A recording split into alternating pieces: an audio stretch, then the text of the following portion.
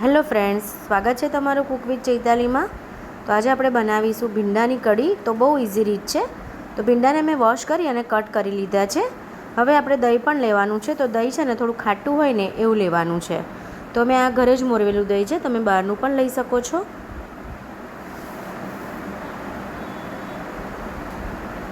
હવે એક પેન મૂકીશું આપણે, અને ભીંડાનું શાક છે ને આપણે કાસ્ટ આયર્નમાં કરીએ ને, એટલે કે લોખંડના પેનમાં કરીએ ને તો બહુ સારું। પેનમાં ઓઇલ એડ કરીશું। ઓઇલ હીટ થાય એટલે આપણે અજમો એડ કરીશું,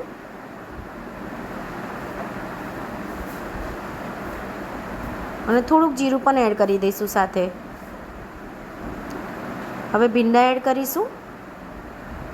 તો અજમો છે ને થોડોક જ એડ કરીશું, જીરું આપણે વધારે એડ કરીશું, કારણ કે આપણે કઢી બનાવવાના છે ભીંડાની, એટલા માટે। જો ભીંડાનું એકલું શાક બનાવવાનું હોય તો તમે અજમો એકલો જ એડ કરી શકો છો।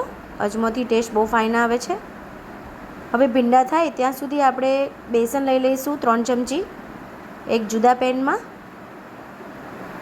એને આપણે સરસ રીતે રોસ્ટ કરીશું, એકદમ ધીમા તાપે। તો તમે રોસ્ટ કરશો ને એમ સ્મેલ આવશે સરસ એની બેસનની।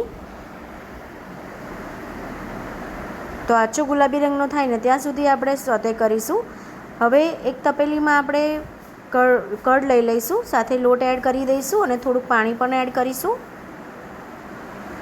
તો દહીં, થોડુંક પાણી અને લોટ એ બધું મિક્સ કરી દઈશું આપણે। તો તમે આમ લોટ કાચો નાખો ને તો એનો ટેસ્ટ કરતાં તમે શેકીને નાખો ને એનો ટેસ્ટ વધારે સારો આવે છે। હવે મરચાં અને લસણની પેસ્ટ એડ કરીશું, સાથે લીમડો એડ કરીશું, અને બોસ ફેરવી દઈશું આપણે, મીન્સ કે ગ્રાઇન્ડ કરી દઈશું।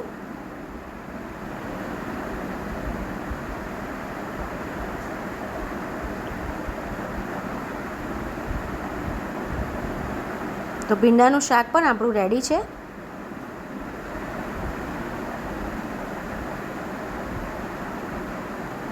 હવે જે કઢી બનાવવાના છે ને એમાં આપણે થોડું પાણી એડ કરીશું, અને તમારે થિકનેસ રાખવી હોય ને એ પ્રમાણે તમારે પાણી એડ કરવાનું।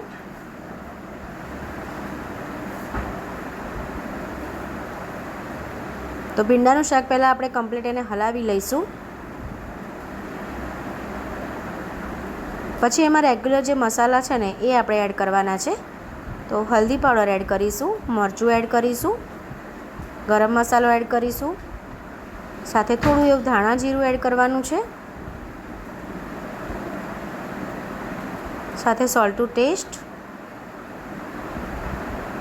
અને બધું સરસ રીતે મિક્સ કરી દઈશું।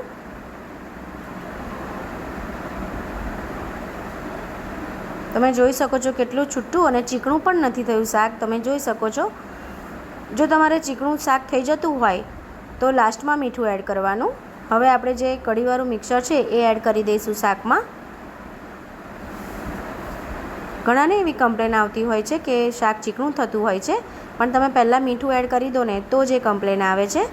હવે થોડીક એવી સુગર પણ એડ કરી દઈશું, તમે સ્કીપ પણ કરી શકો છો। તો હું આટલી જ જાડી એટલે કે થીક જ બનાવીશ ભીંડાની। તમારે આને થોડી પાતળી બનાવવી હોય તો પાણી વધારે એડ કરવાનું, અને એને પાણી એડ કર્યા પછી આપણે 5 મિનિટ સુધી રહેવા દઈશું, જેથી સરસ કઢી અને ભીંડા એકબીજા સાથે મિક્સ થઈ જાય, અને મસાલા પણ। તો 5 મિનિટ આપણે એને થવા દેવાનું છે। ત્યાં સુધી એક વઘાર પણ મેં કરી લીધો છે। તો તેલમાં મેં જીરું અને જે લાલ મરચાં આવે છે એ એડ કર્યું છે એક, અને વઘાર પણ એડ કરી દઈશું, એટલે કે તડકો મારી દઈશું આપણે કઢીમાં, સરસ રીતે મિક્સ કરી દઈશું। તો રેડી છે, તમે જોઈ શકો છો ભીંડાની કઢી। તો ઠંડુ થશે ને એટલે આનાથી થોડુંક વધારે થીક થશે, તમે જોઈ શકો છો લુક્સમાં પણ અને ખાવામાં પણ એટલી ટેસ્ટી લાગશે। તો એક વખત ના બનાવી હોય ભીંડાની કઢી તો આ રીતે જરૂરથી ટ્રાય કરજો। અને ફ્રેન્ડ્સ, મારી રેસિપીઝ ગમતી હોય તો મારી ચેનલને લાઇક, શેર અને સબસ્ક્રાઈબ જરૂરથી કરી લેજો। અને હા, બાજુમાં રહેલું બેલ આઇકન બટન છે ને તે પણ પ્રેસ કરી લેજો, જેથી સૌથી પહેલાં નોટિફિકેશન તમને મળે। Thank you friends, thank you so much, thank you for watching.